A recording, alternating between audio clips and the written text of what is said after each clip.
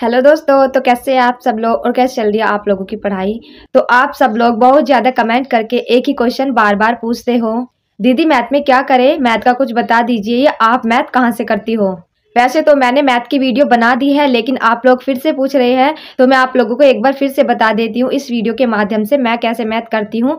YouTube से कौन सी playlist आप लोगों के लिए बहुत ज़्यादा बेस्ट रहेगी मैथ को ठीक करने के लिए, क्योंकि अब से कुछ टाइम पहले मेरा भी मैथ ठीक नहीं था, मुझे भी बहुत ज़्यादा प्रॉब्लम होती थी।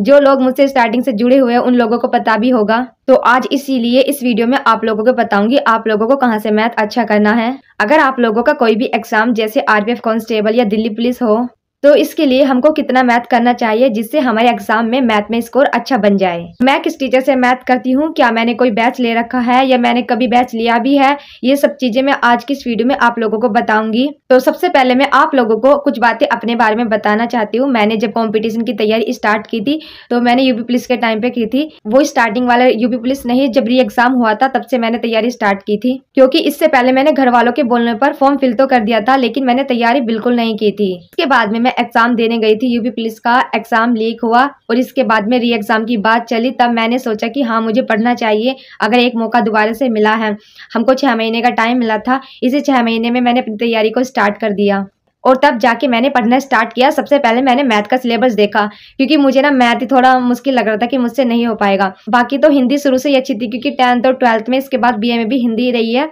तो हिंदी ठीक थी, इसलिए हिंदी एक प्लस पॉइंट हो जाती है मेरे लिए। यूपी पुलिस एग्जाम हो या कोई भी कोई एग्जाम हो जिसमें हिंदी आती है। तो मैथ के सभी टॉपिक देखने के बाद मैंने जल्दी जल्दी से मैथ का सिलेबस अपना पूरा कंप्लीट किया। जब मैंने अपनी तैयारी स्टार्ट की थी मुझे RW चैनल के बारे में बिल्कुल नहीं पता था, क्योंकि मैं इस चीज़ से जुड़ी हुई ही नहीं थी। मुझे तो बस ये था कि हाँ मेरी BA चल रही है और मुझे अपने BA के लिए पढ़ाई करनी है। कॉम्पिटिशन का मुझे कुछ भी नहीं पता था और यूपी पुलिस का फॉर्म फिल मेरे घर वालों ने कराया था। मुझे ये भी नहीं पता था कि हाँ मैं एग्जाम देने जाऊंगी या नहीं जाऊंगी, लेकिन जब घर वालों ने फॉर्म फिल करा दिया तो मैं एग्जाम देने गई। फिर वो एग्जाम लीक भी हो गया, लेकिन जब मैंने धीरे धीरे पढ़ना शुरू किया, मैंने यूट्यूब पर जाके देखा तो मुझे RW चैनल मिला। मैंने RW चैनल को ज्वाइन किया और सबसे पहले जो मैंने मैथ किया है वो दीपक भाटी सर है RW चैनल पर, मैंने उनसे मैथ किया। दीपक भाटी सर से मैंने SSC GD की जो प्लेलिस्ट है वो मैंने पूरी कंप्लीट की थी। लेकिन बाद में धीरे धीरे मैंने मैथ फिर आदित्य रंजन सर से स्टार्ट किया पढ़ने के लिए, क्योंकि वो स्पेशली यूपी पुलिस के लिए ही पढ़ा रहे थे।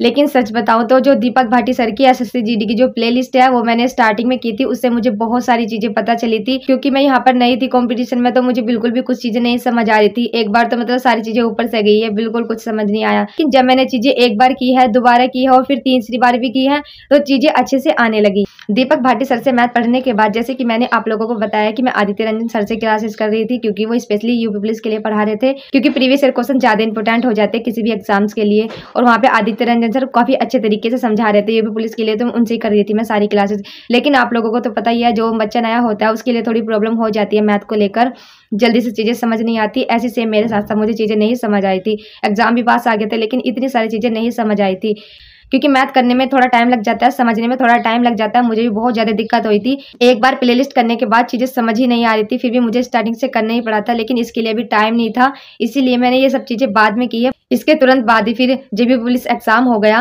मैथ तो मुझे तब भी नहीं आया था, क्योंकि मैं आप लोगों के साथ में शॉर्ट्स वीडियो शेयर करती थी, लॉन्ग वीडियो शेयर करती थी और आप लोग भी मुझे बताते थे कि दीदी यहाँ से पढ़ो और यहाँ से पढ़ो। मैं चीजें करती थी, आप लोगों की बातें भी सुनती थी, मानती भी थी। लेकिन यूपी पुलिस के बाद जब SSC GD एग्जाम आया तो मैंने पूरा ठान लिया था कि अब की बार मैथ तो जरूरी करना है, पक्का करना, चाहे कुछ भी हो जाए। और मैंने फिर से एक बार दीपक भाटी सर की वही SSC GD की प्लेलिस्ट फिर से कंप्लीट की। और सबसे अच्छी बात मैं आप लोगों को बताऊं, Deepak Bhati sir SSC GD exam के लिए बहुत ज्यादा अच्छे टीचर है, वो भी मैथ के। आप लोग उन पर आंख बंद करके विश्वास कर सकते हो SSC GD एग्जाम के मैथ के लिए। वैसे तो मैंने दीपक भाटी सर की सभी क्लासेस ली है SSC GD मैथ के लिए उसी प्लेलिस्ट से, लेकिन मैंने उसमें 2D और 3D की क्लास बिल्कुल नहीं ली थी, वो मैंने छोड़ दी थी। बाकी तो मैंने सभी क्लास ली थी, जैसे परसेंटेज, प्रॉफिट लॉस, SICI या टाइम और वर्क, टाइम एंड डिस्टेंस, ये सारी क्लासेस मैंने उस सर से ली थी और वो काफ़ी अच्छा भी पढ़ाते हैं। जब मैंने सेकंड बार चीज़ें की तो मुझे चीज़ें बहुत अच्छे तरीके से समझ आ गई, तो मैंने सुबह से लेकर शाम तक पूरा टाइम मैथ को ही दिया। GK GS मैंने बिल्कुल नहीं की इस बीच में, जिसकी वजह से मेरी GK GS बहुत ज़्यादा पीछे छूट गई। और फिर मैथ को खत्म करने के बाद टेक्स्ट बुक पर प्रैक्टिस सेट दिए मैथ के, साथ ही साथ टेक्स्ट बुक पर मैंने सब्जेक्ट टेस्ट भी लगाए, जैसे कि हिंदी का हो गया, रीजनिंग का हो गया। इसके बाद फिर RW ऐप पर अंकित भाटी सर ने मिनी मॉक स्टार्ट कर दिए थे।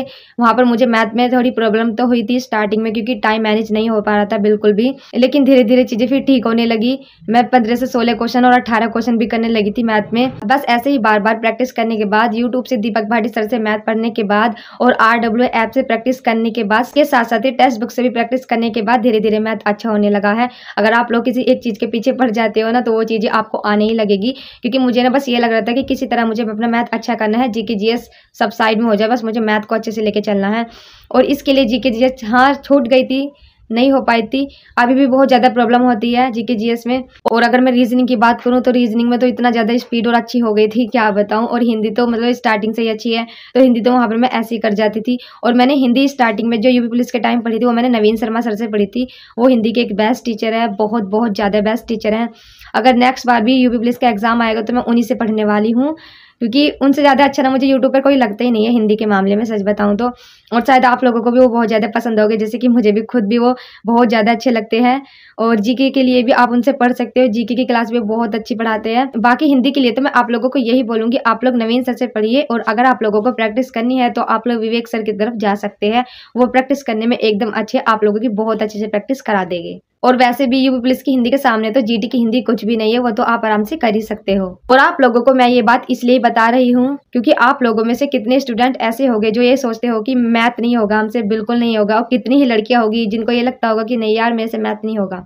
लेकिन ऐसा कुछ नहीं है, आप लोग मैथ कर सकते हो अगर आप लगातार प्रैक्टिस करते रहते हो।